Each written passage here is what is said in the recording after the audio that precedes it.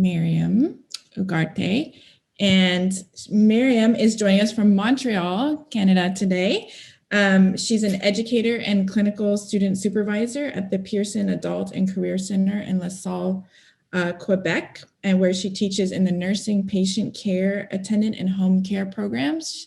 She has a very long and extensive background in nursing. She's also worked as a nursing consultant and registered nurse in a variety of clinical areas. She's helped provide care for people recovering from surgery and pre and post-delivery care for high-risk pregnant women and their babies, just to name a few areas. She's also taught and designed several nursing courses for the Rural Development Trust and is a dedicated supporter of our initiatives to empower women. So I'm going to hand the floor over to Mariam now, and she's going to tell you a little bit more about how she got involved in VFF USA and all of the work she's been involved with in India. Thank you, Mariam. Thank you. Hello, so my name is Mariam, and I got involved with RDT by watching television. I saw them advertising Rural Development Trust, and I thought, wow, an organization that works in India and it's from Spain. So I thought, oh, it's a win-win situation for me, because all my life I wanted to work in India since I was a little girl. And so I wrote to them and they said, come as a teacher. So I went, I taught an updating course for labor and delivery room nurses in two of their hospitals in 2014. And I was impressed with the nurses, how hard they work. They have more patients than us. The patients are sicker than the patients we have, and they have more responsibility than we have anywhere. And so, and the course was in English, and I didn't know how much English they would have, right? So because I was worried about whether they would understand me or not, I brought a lot of hand-on things and a lot of things that would be visual. And so this was very good because the nurses, they say yes to everything. And then sometimes it's not yes, it's no, but they don't say no. So you don't really know how to assess whether they do understand you or not. So we did a lot of hands-on and a lot of visual things. And it was very good. And I fell in love with RDT and their values and how they work with people, how they want to eradicate poverty, and how they want to empower women so much that I went back 3 more times. So I've been to RDT 4 times in total. And I went to do my field work for my master's. And so I worked with the nurses in one of the smaller hospitals in Caliandor. And this was amazing. And it was very difficult. One of the part of my master's was to do a survey on what do they need to change. So when I asked them, what would you like to change? They said, nothing, everything is perfect. So it was almost impossible to get a straight answer. And so what I did, I thought after thinking, I thought, well, it seems like they need to work on communication because they say everything is perfect. And no, nothing is ever perfect in an organization, right? So we started working on communication among the nurses and the different management levels. Hierarchy is really very, you can see it very much. And so we worked with doctors and managers because there's a big hierarchical level. And I did a lot of things to break barriers. For example, I did a lot of improv, and we used a lot of art, which is more conducive to expression. It's a tool that it's universal, and whether you speak good English or not, and whether you realize or not, at the end, you are passing a message. So that was very useful. And then I recently went in Christmas of 2020, not this one, the previous one. And we worked on with another midwife from Spain, we worked on the guidelines from the WHO on humanizing labor and delivery. So we worked on very important things like promoting autonomy for women, consent, which is really important. And part of our job is we need nurses to believe that they have a power to decide, because they need to then pass that on to their patients. but they first need to believe in themselves. So part of our work is empowering the nurses themselves in order for them to be able to give respect and to ask for consent. They need to understand that it's important to ask women for consent, but they first need to believe it. Otherwise, they will not carry that work on. So it's been a very gratifying experience for me. Every time it's funny because people tell me, how come it must be really hard for you to work with people who are so different in India. And every time I go to India, I think, they're not that different. They're very much similar. They're more similar than different. We all want to be safe in life. We all want to have a meaningful job. We all want to have food on our table. We want our children to go to school. We all want love. And that's what people from India want too. So every time I go, I feel they are very much like me. So it's been a very gratifying experience for me. And I feel that every time I go, I grow as a person, as a teacher, and as a nurse. Oh, that's wonderful. I know it's been hard with COVID. You haven't obviously been able to go. No, we can't go. I know. We're hoping. I know. Are you hoping? When are you hoping to be able to go back? Do you have any plans?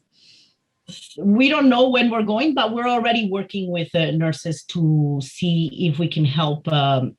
In India right now, they don't think they're going to get a second wave in the south of India. Yeah. And we're saying, okay, maybe you don't get a second wave. I hope there's a miracle for you guys because you do deserve it. Yeah. But if there is COVID again, can we prepare faster? Can we be more ready than last time? Because last time it was very traumatic. The RDT did an amazing job. They were even giving a medal from the government, but it was really hard because they even had to have people controlling the crowd to get into the hospital. They had to feed people that were outside who had no place to sleep, no place to eat, and no hospital that would take them. So it was really very, very traumatic. And a lot of people quit, and so they did an amazing work. And so we would like to support them to see if this time it could be a little smoother. Right. Okay. Well, yes. Good luck with that. I hope it works out. I hope everything opens up everywhere soon. I wanted to show, I have some really interesting photos as well of some of your time. I wanted to share those with just one second with the audience, and especially you mentioned your work with the arts. But anyway, I was hoping you could narrate these a moment.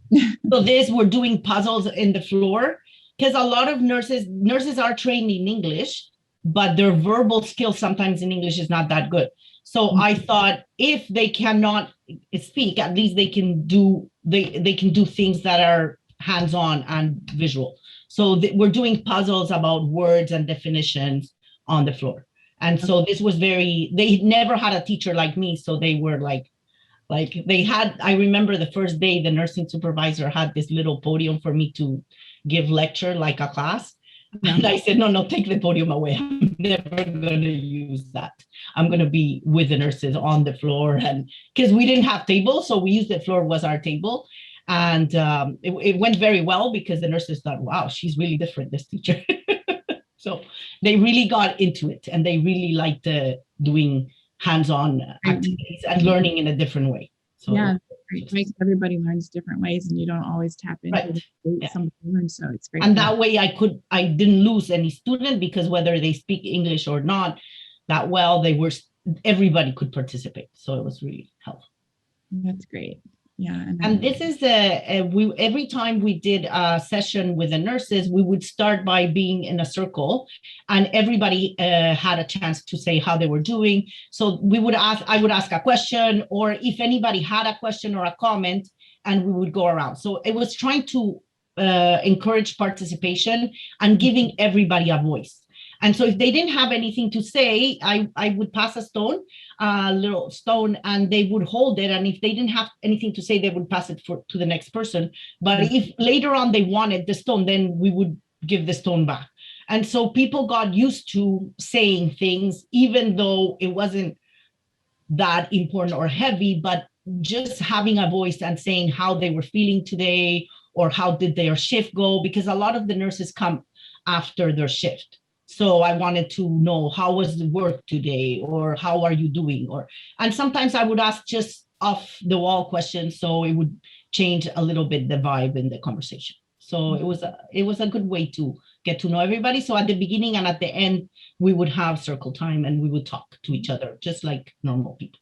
That's great. Yeah, I love that you use so many different ways to tap into people and get them to communicate. And this is another one, I think, because I think you took them on field trips, right? Yes. So what happened was, because I kept asking questions on the survey and they felt very intimidated in the survey kind of questions, I thought this is not working. So I asked the chief, can we go on a field trip or something? He said, sure. So he gave me a van and we went to this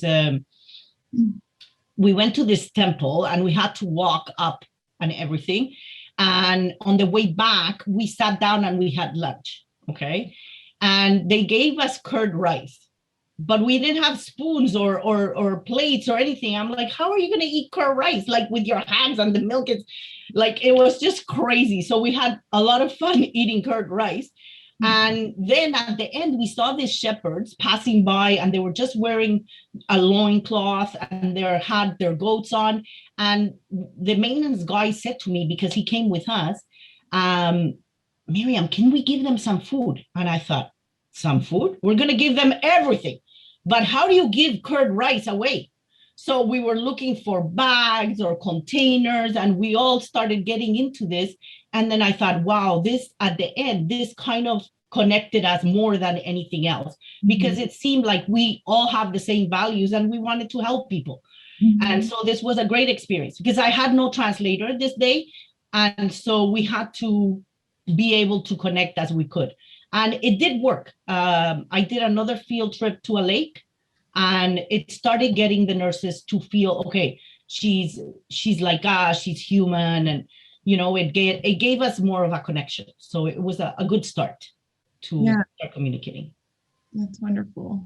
Yeah, and here you mentioned, I think you mentioned earlier, you used puppets and things. Yes. So I used puppets. I did some research and puppets have a long history in India. They even say that maybe they were invented, it's not clear, in India or in China.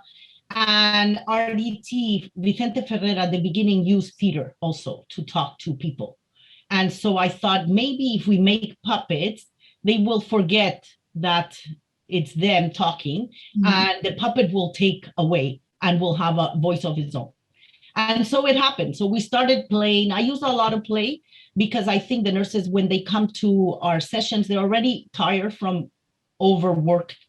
And so I want them to have a fun time.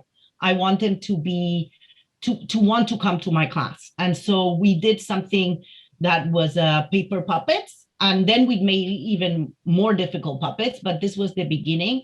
And they forget that they're talking. And so at the end, they start talking about their problems, even though it's through a puppet, they feel less intimidated. And so this was a great tool to use. So yeah, I liked using puppets. Yeah, that's great. And then I have one more photo and you can see the Rangolis on the Yes, and so this is the end of the project. And because it was on communication, at the end, we did something together because in the picture, there's a lot of doctors, residents, and nurses. And because it was to break barriers of communication and to increase what we wanted to do in the project was make work at RDT so pleasant that you don't want to quit. Even though they pay you less than the government, you want to stay here because it is nicer to work here because you have a voice. And when the doctors ask you something, you can contribute and they take your voice into consideration. So the last project was to drop Rangolis on the floor without any verbal communication. All they could do was sign but they did it together. And so nurses, doctors, and residents, they painted all of the floor with Rangolis together, only in silence. And it worked beautiful. It was like I was ready to cry. It was at the end of my project.